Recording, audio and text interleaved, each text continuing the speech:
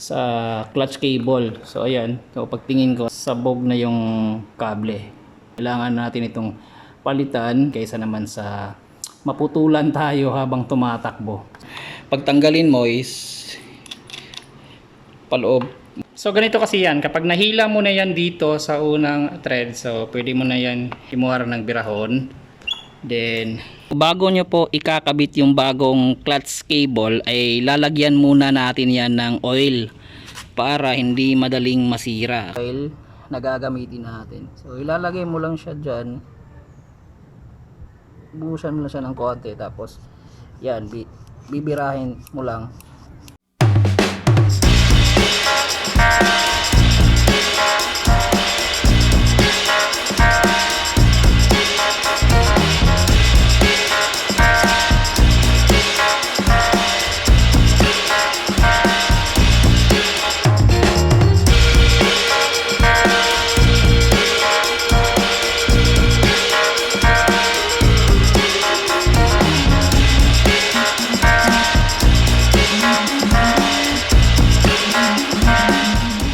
So sa mga katrapas, maayong hapon draw ninyo tanan. So today meron tayong problema sa aking motor. Kung saan ay nasiraan pa tayo ng clutch cable. So ayan, aayusin natin. So biglaan akong nasiraan sa daan. Buti na lang nakauwi pa ako. So galing ako ng LTO kanina. So nag-renew ako ng license ko, driver license. Then suddenly, nang pauwi ako, biglang parang may pumitik sa aking sa may clutch cable. So ito po na. So habang pauwi ako, yun nga, may pumitik sa ilalim ng clutch handle. So tingnan ko dito sa bahay, alam ko pag may ganon, may sira na yung sa clutch cable. So ayan, so pagtingin ko, ayan, sabog na yung kable. So medyo malapit na talaga siyang kumalas lahat. So ayan, kita nyo, medyo naputol yung mga konting hibla ng cable, ng clutch cable sa ilalim. So kailangan natin itong palitan. Kita nyo, yun, umangat yung iba. So ibig sabihin yan, kailangan natin palitan kaysa naman sa maputulan tayo habang tumatakbo. So bumabiyahe tayo palagi araw-araw, pupunta at pauwi naman ako. So ipapakita ko sa inyo kung paano ito palitan. So nakabili na din ako ng clutch cable, yung standard cable lang kasi yung genuine hindi available at medyo mahal din. So ayan, ito po yung clutch cable na standard ng Raider 150 carb. So hindi po ito talaga genuine, parang class A lang. So okay na din ito for the meantime habang hindi pa tayo nakakabili ng genuine. So ikakabit natin ito. So tatanggalin muna natin tong lumang clutch cable mga paps. So madali lang naman ito eh. So dito yan, ipapasok dito sa ilalim. Ito yan at ito. So papunta galing dito papunta dito. So yan, ito tatanggalin natin. So ito ang maganda sa Raider cab kasi madali lang siyang tanggalin, baklasin at saka palitan kung marunong ka lang, kung alam mo lang kung paano siya or yung pagdi-DIY. So tara, let's go. Sa pagtanggal nito is kailangan nating luwagan ito dito, itong tornilyo na ito sa gilid lang. So para mas madali siyang mabaklas. So tatanggalin muna natin ito, saka ito. Saka ito para maluwag itong dito na side. So madali na lang 'yan.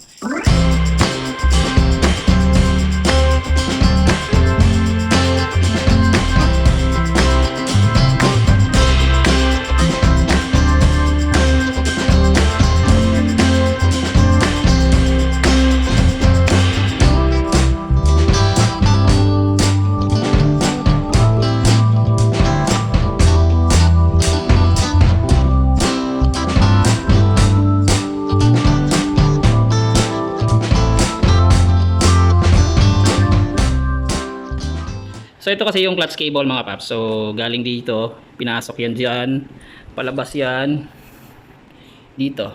So ito po yun. Ito po, so ito na cable. Then ito, yan, papunta dito. Then yan, ito yan. So tatanggalin natin. So mas madali siya kapag nakatanggal itong o nakaluwag itong sa gilid. So yan, cable tie lang yan. Kinable tie lang yan sa gilid. So pagtanggal ay madali lang naman. Ito lang yan. Yung rubber, meron pa itong rubber sa gilid eh. Yun. Hindi naman sa ano yung rubber ko. Tagal na din yan. Medyo nag-iisi na nga eh. So yun lang eh. Luluwagan mo lang ito dito. So ang gagawin mo pala dito is yung ipapaikot mo siya pa pasok o pahigpit para at least madali mo na lang itong mahila. Kasi kung ilulus mo siya pa ganun, so parang mabibinat siya. So mas mabuti yung pagtanggalin mo is paloob, kumbaga isagad mo bago mo yun matatanggal ito. So isinagad na natin. So yun, hanapin mo lang yung sa yan, yung sa may yan, gitna. So igigitna mo yung ano, ito para masakto siya. Teka muna. Ikot muna ng sandali. Ayan. Yan, pag nagitna na yan sa yung may kanal, so diyan mo na yan hihilahin para mas madali na yung ano, pagtanggal. So tatagalin muna natin. So ganito kasi yan, kapag nahila mo na yan dito sa unang thread, so pwede mo na yan. So kapag nakita mo yung may kanal draa, himuara ng birahon, then dria. So yung lock niya sa ilalim, yan. So hihilahin mo lang yan pababa. So yan.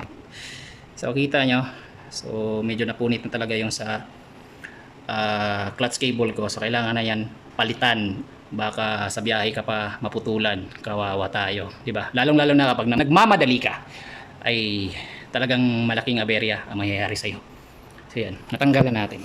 So hihilahin na lang natin ito doon sa ibaba at saka luluwagan para matanggal yung doon sa ilalim. Ayan, kapag nakalas mo na yan dito, so dito ay hihilahin mo na lang. So hihilahin mo na lang yan dito sa paibaba dyan para matanggal. So ayan, baklas na. Ito na yung sa clutch cable. So doon na lang sa ilalim, sa gilid mga paps. So yun, sa kabila dito. So yan, natanggal na, di ba? So madali lang naman siya eh. So itong cable is madali lang luwagan. So yun, baklas na, natanggal na. Dito na lang. So ayan, tanggalin natin yan dito. So yun, tanggal na. So dito is kailangan mo na lang yan ano, tanggalin.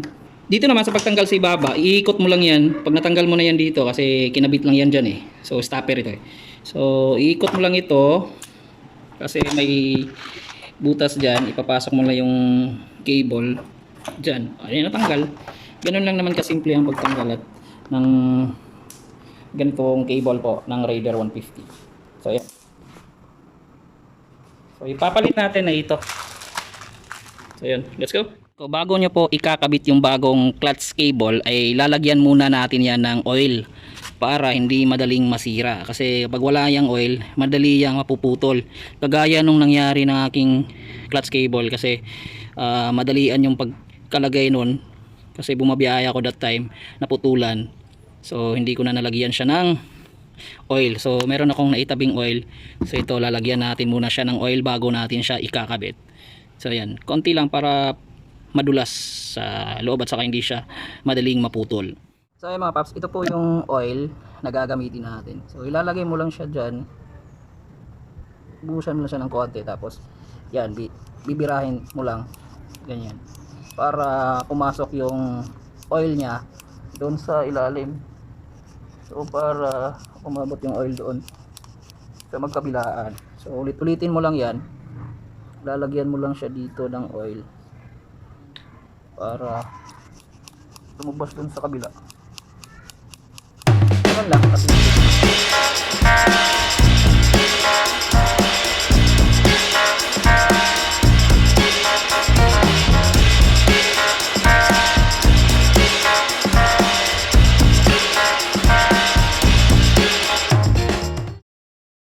So sa pagkabit ng clutch cable mga paps, unahin nyo po palagi itong sa ilalim bago doon sa itaas.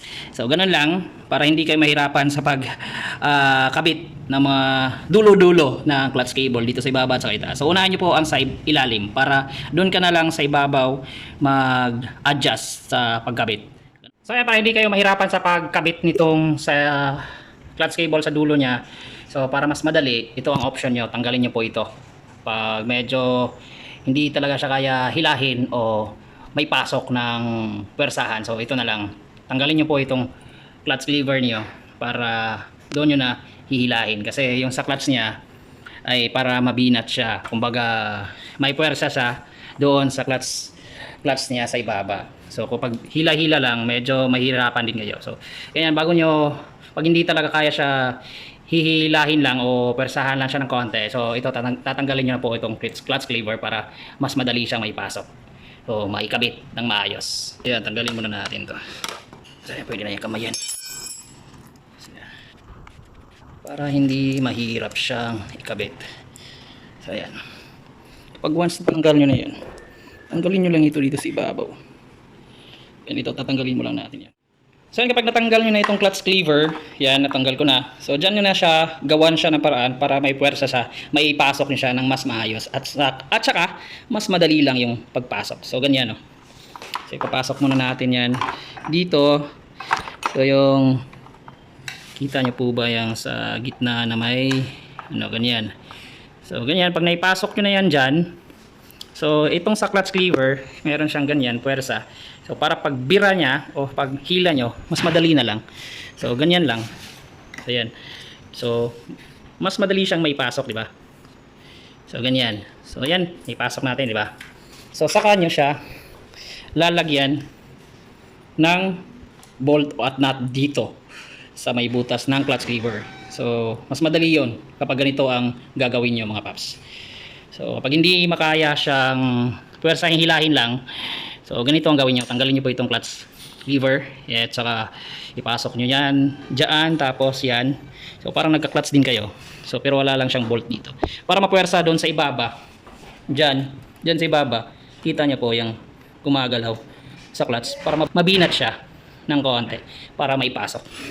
So ganun lang, para mas mapadali. Kita nyo may butas na dyan, saka nyo ipapasok itong nut na ito dyan. So kailangan nyo siya ipihit para may pasok nyo dyan.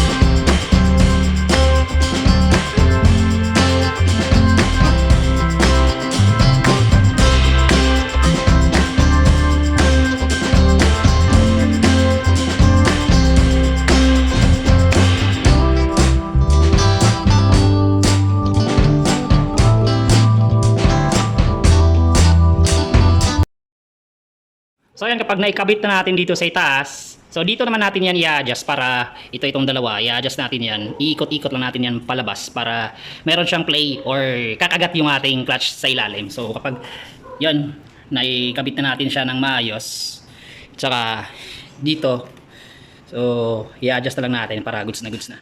So ayun, mga paps, dito nyo po yan i-adjust ito para magkaroon siya ng play at saka hindi siya maluwag yung clutch nyo at saka gagana. So dito yan, iikot nyo yan palabas. Then itong malaking bilog ay yan po ang lock na dito para hindi na siya gagalaw. So ibabalik ko siya lock, papihit paloob. So habang nag-adjust kayo, kapag nakuha nyo na yung tempo, so itong malaking bilog, yan ito, ibabalik nyo siya para lock. Ganun lang kasimple po ang pag adjust ng ating clutch. So ganyan, may play na. So medyo malalim. So ita-try natin panda rin kung gagana ba. So kailangan pihit ang clutch. Yan, mandar. So ita-try natin ipasok yung Bernera or first gear. Yan, iikot naman. Ayan, first gear yan. Second gear.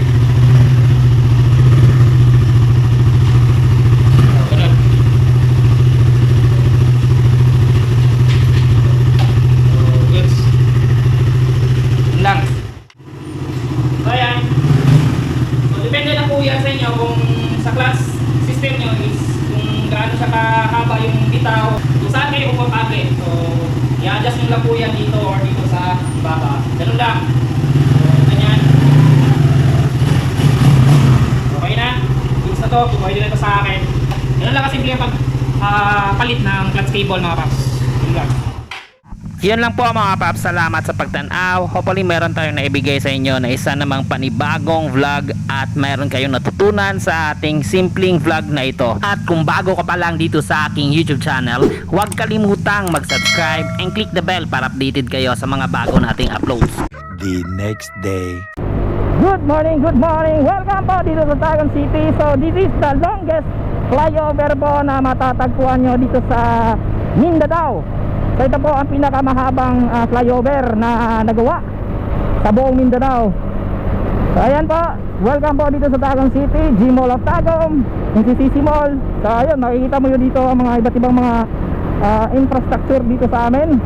Sa mga bago pa lang dito sa aking YouTube channel, huwag nyo pong kalimutang panoorin po ang mga iba ko pang mga ginagawang vlog. And also, please kindly like and subscribe na lang po sa aking YouTube channel. And also, click the bell para updated kayo sa mga bago nating gagawin pang mga vlog. So again, shoutout po and maayong buntag sa inyong tanan. So this is what Chris Stack nagsasabi, always pray before you ride. Ride safe always mga katrapas. That's it. Peace out. Bye-bye.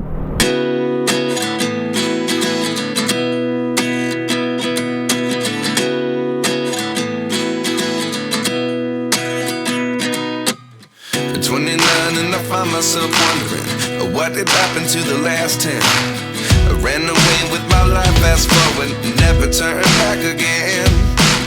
It's kind of funny that the more we pass time, the more we need to set the ring